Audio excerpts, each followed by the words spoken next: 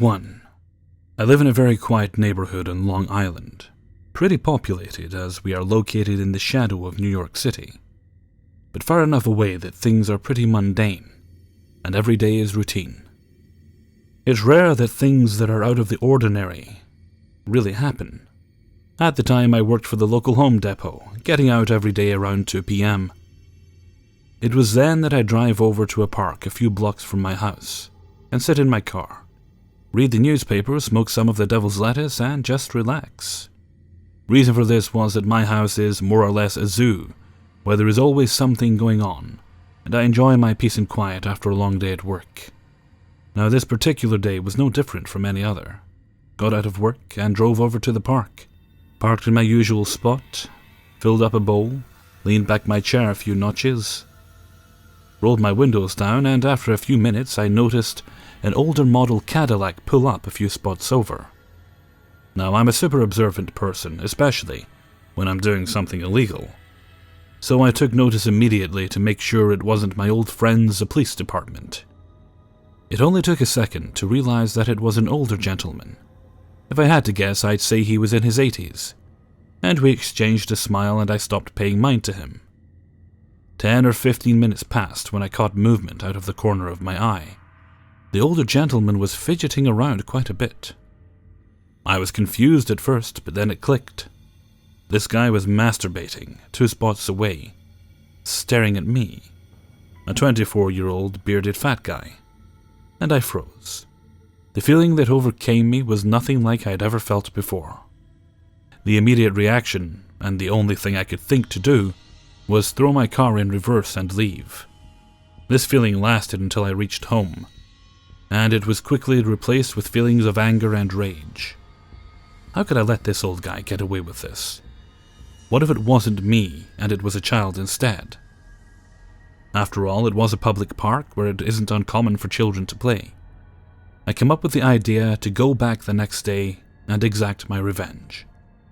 The next day I went back and parked in my usual spot, and after about 20 minutes, I started thinking that there's no way this guy is going to come back. And I was crazy for thinking he would. But just as I was about to leave, the old fucker pulls up, 3 spots over again, and started touching himself almost right away, instead of the rage and anger I had felt in the aftermath of the first encounter. I was once again met with my original feeling of shame, and I froze, again, for the second time. And also for a second time I threw my car in reverse again. This time, however, I was livid, with this man more or less taking advantage of me, and to an extent, sexually abusing me, and also with myself, for folding like a wet cardboard box. So once again I decided I was going back, and this time I wasn't going to let myself be a coward. 3rd time's a charm, right? So after work the next day I went back, and like clockwork, the old man showed up again, but this time I just blew my lid and started yelling at him. "Who the fuck do you think you are? What the fuck are you doing? What is wrong with you?" Calling him every name under the sun, and this time it was his turn to throw his car into reverse and try to flee, but I was ready for it, and what followed was probably one of the lowest speed pursuits in the history of anything. I followed him all throughout the neighborhood, topping out at speeds of 10 miles per hour. For an hour and a half, I followed this guy up and down every street. Eventually, he pulled into a shopping center and ran into a store thinking he'd lose me. I parked my car around the corner of the building and just waited. And a minute later, he poked his head out of the store, looked around, and when he didn't see me, he jumped back into his car and drove off. I followed him from a distance and eventually found out where he lived. Reported everything to police, but since it was basically my word against his, they couldn't really do much. Chances are he's dead by now anyway. So, old guy who masturbated while intently staring at me on 3 separate occasions, if you're still alive, let's not meet again. For your sake. 2. A few years ago, my brother-in-law bought another apartment complex in Florida. He owns a few apartment complexes in West Palm Beach, Miami, etc. So when he told me he bought another one and wanted me to manage it, I figured why the hell not. I had just graduated college with my degree, and Planned to go to get my master's, so I figured I could manage his place and do graduate school. When he booked my flight to Orlando, I was stoked. Heck yes. I loved Disney and I dreamed about buying a year pass and checking out all the neat parks.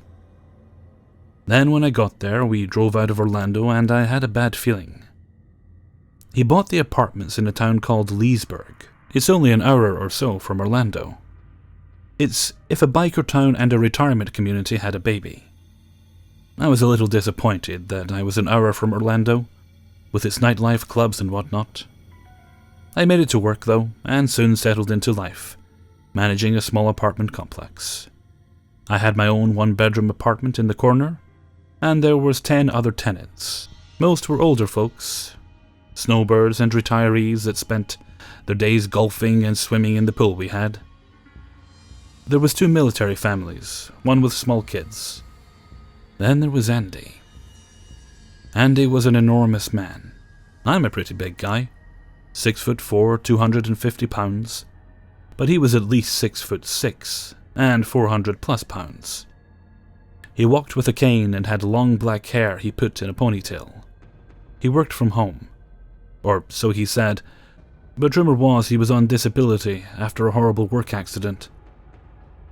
I really didn't care. He paid his rent on time, he was quiet, and he kept to himself.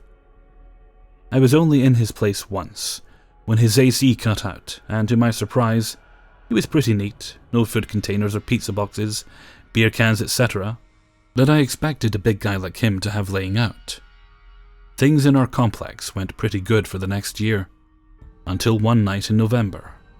It was raining like it always does in Florida, and it was about midnight when someone rang my doorbell. I looked out and saw one of my tenants, Joseph. Joe was one of my retirees who retired to Florida to, in his words, play golf and drink beer. Normally he was all smiles and jokes, but that night his face was pale and he looked frightened. "I hate to bother you, Sam, but something ain't right with Andy." I put my jacket on and followed him to his apartment, since Andy was his neighbor. He put his finger to his lip and motioned for me to listen. I put my ear up to the door and heard Andy fighting with someone. It sounded like whomever he was fighting with was throwing things. I was taken aback as he'd never had a guest over in the year he had lived there. So I knocked, and I heard him stomp over to the door and open it. He looked... Normally he was very well dressed, put together. And like I said, he wasn't a messy guy.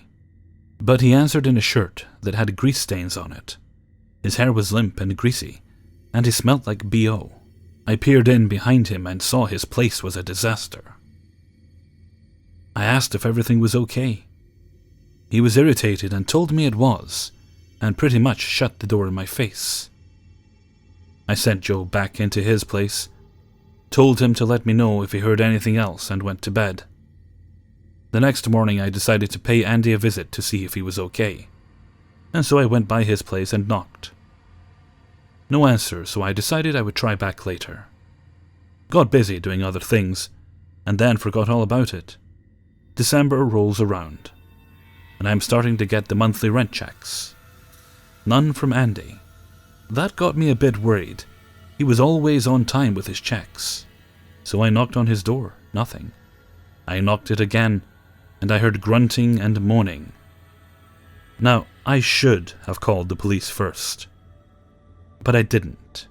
I opened the door with my keyring and was hit with the foulest smell ever. It smelled like piss, shit, vomit, and a B.O. all rolled into one nasty smell. The walls were streaked with what I assumed was shit, and the place was thrashed.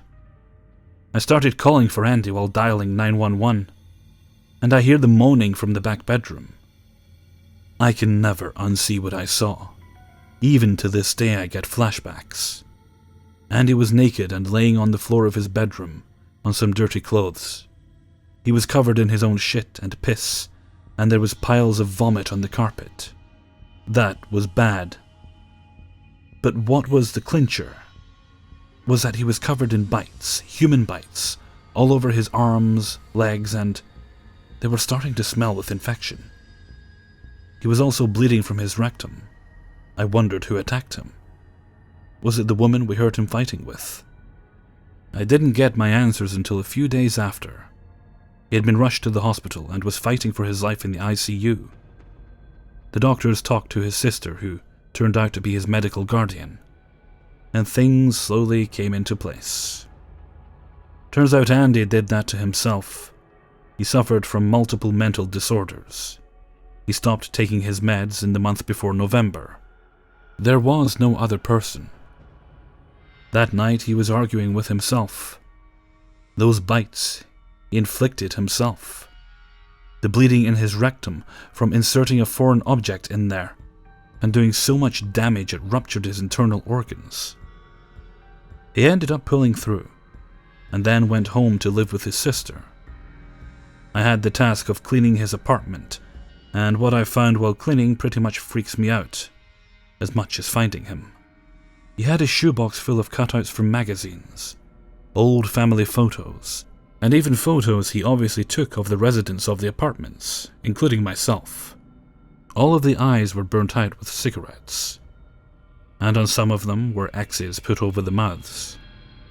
I'm not sure if that was part of his mental decline, or if he was always that creepy and I never noticed it.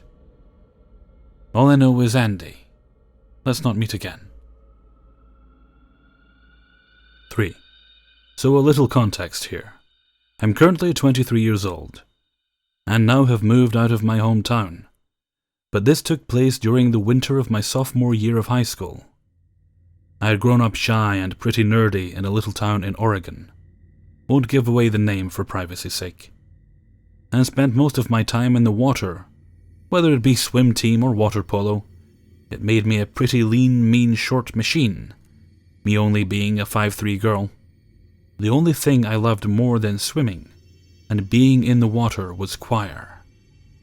The only thing I hated about choir was Sam.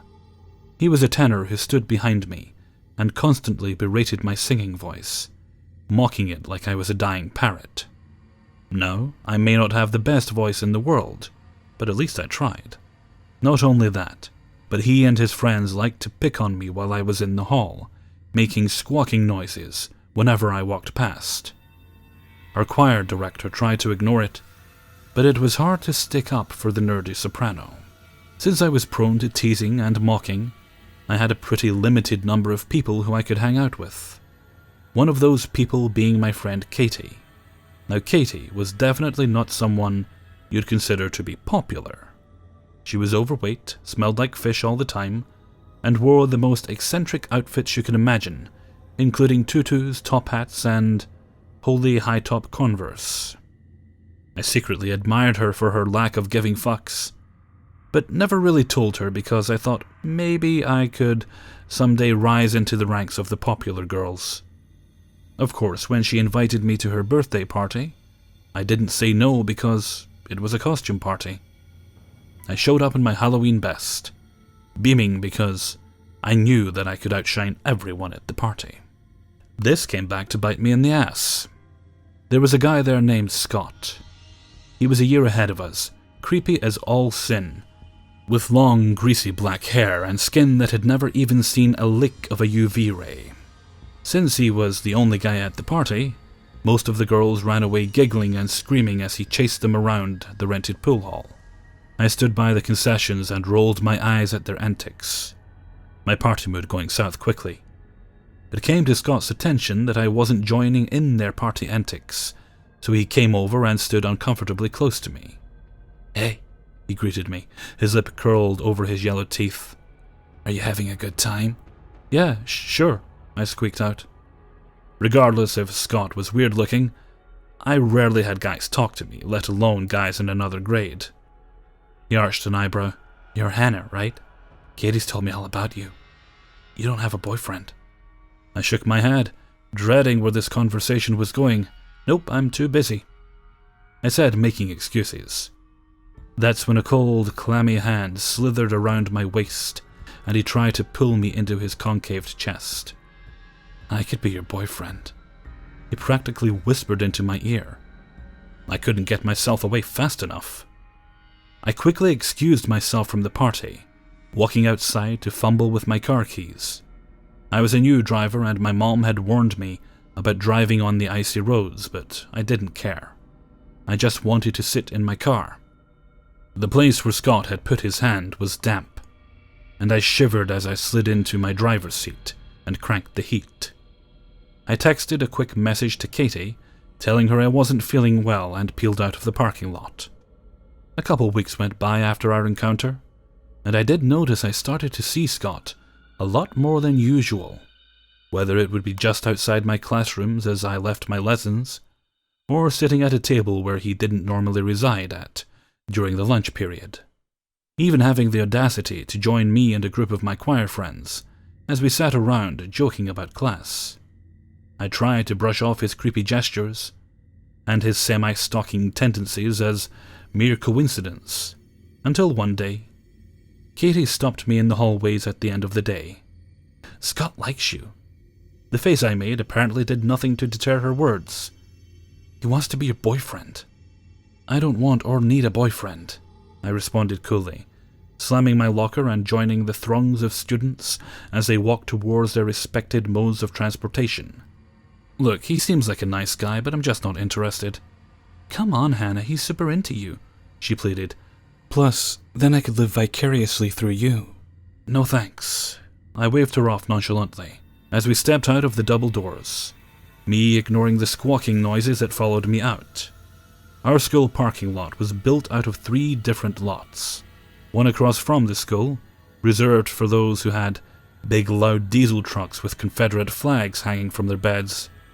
One up the hill and one down by the baseball and football fields. These were seldom populated since the fastest way to get to them was through the woods behind our school, frequently used by the potheads. I knew beggars couldn't be choosers, so I opted to usually go down to the field, following the path down towards the lower lot. I had just entered the woods when I felt someone's gaze on the back of my head, making the hair on the back of my neck stand up. I turned around slowly to see Scott walking down the path, hands shoved deep into the pockets of his black jean jacket. My heart leapt to my throat as I turned on my heel and began walking quickly down the hill towards my car, trying to keep from looking back. "Where are you going, baby?" His voice oozed through my brain like a frog crushed with a brick, as I practically leapt into a sprint. However, with my swimming bag and my book bag, I couldn't make it very far until Scott had his hands around my scrawny wrist in a vice-like grip. "You're just gonna play hard to get, aren't you?" "Let me go!" I practically screamed. He merely smiled and practically caressed the side of my cheek. I resisted the urge to vomit in his face. "Nah, baby, I'm done with the games. Come on. Say I can be your boyfriend. You're so pretty." He cooed as I closed my eyes and prayed to God that I wasn't going to be raped. That's when my salvation came, in the form of an asshole sent from heaven. "The hell do you think you're doing?" Instantly, Scott's hands were off me, and I stumbled backwards, my deer-in-the-headlights expression plastered firmly on my face. "Listen, man, my girlfriend was just getting a little playful. I didn't mean anything by it." I flicked my gaze towards my hero, and, to my horror, I saw Sam standing there, his own eyes full of hatred and disgust. "No fucking way, I've seen you following her to classes and sitting with her at lunch. She wants nothing to do with you. Now get the fuck out of here before I kick your ass." Scott didn't need to be told twice, practically jumping back like he had been struck with lightning, pushing past Sam and I to head to the school. Sam watched him leave before turning to me. "You alright?" "Yeah, just a little flustered," I admitted. "Thank you for that." He shrugged and a small smile crept over his face. Of course. We have to watch out for each other, don't we? We're practically family." I scoffed. "Family? You make fun of my singing." He chuckled. "I only make fun of you because I know you can take it. Now come on, I'll walk you back to your car." From that day forward, Sam and I had turned over a new leaf. We even tried dating at one point. At the end of the day, we found that we were just too different to be compatible as lovers, and so we went our separate ways. However, I do still keep in touch with Sam since he stayed in our hometown. and he keeps me updated on the local gossip. Scott was recently arrested, for what I'm not sure, but in the long run I hope he gets the help he so desperately needed. If Sam hadn't been there that day, I could have been raped or even worse. So thank you to the boy I hated for being my guardian angel. So Scott, let's not meet again. Hey everyone, Hellfreezer here, and thank you very much for listening to 3 True Scary Stories, episode 187. Thank you very much to everyone who allowed me to use their stories in this video. Well, I'm not 100% sure that Wiener Boy from Story 3 there actually needed any help. I think he was just a very bad person. And sounds like he ultimately got what he deserved in the end. Although that poor fella from Story number 2, he definitely did need help. And let's hope, if he's still living with his sister, and he's staying on his medication, that he's alright. Because he probably was a perfectly fine and safe person to be around, as long as he was on his medication. And, well, he wasn't. Bad things happened, obviously. And, just throwing this out there, I really have the urge to go clean my entire house now after reading story number 2. Ugh. Okay, and with that, I think I'm going to head off for now. So until next time, thank you very much for listening, and take very good care of yourselves.